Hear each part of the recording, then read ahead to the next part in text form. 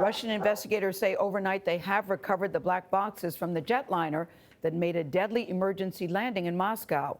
At least 41 people were killed there when the plane burst into flames during a very hard landing in Moscow yesterday. The airline Aeroflot says at least one American was on board, but the U.S. Embassy has yet to confirm that part of the story. Roxana Saberi is following developments from London and joins us now with the latest. Roxana, good morning. Good morning. Russian investigators say they're now looking into 3 possible causes for the disaster: inexperienced pilots, equipment failure, and bad weather. Some passengers and crew members claim lightning struck the plane just after takeoff. As the Russian jet touched down, massive flames erupted from the plane, trailed by clouds of smoke. For several moments, the plane skidded sideways, finally coming to a stop. Cell phone video shows what happened next. Passengers escaping on exit slides at the front of the plane and staggering to safety. Some carried luggage. This passenger says flight attendants were pulling people from the plane as temperatures around them soared.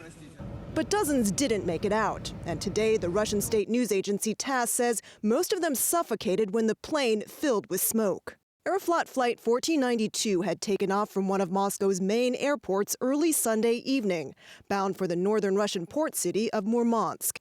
But shortly after takeoff, the airport says the plane circled back for unspecified technical reasons before making an emergency landing. As investigators look into what caused the crash, Russian media are reporting the plane did not have time to dump its fuel before hitting the tarmac, which former National Transportation Safety Board member John Dickerson says may have sparked the fire. Landing gear is tough, but it's not indestructible.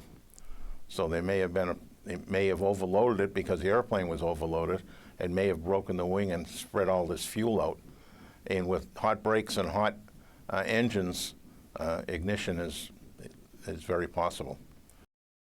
Russia's national airline Aeroflot began flying the Sukhoi SSJ-100 jet 8 years ago. This is the second deadly accident involving the aircraft. The last one in 2012 in Indonesia killed all 45 people on board. John, Russian media say authorities do not plan to ground the aircraft at this time. All right, Roxana Saberi in London. Thank you, Roxana.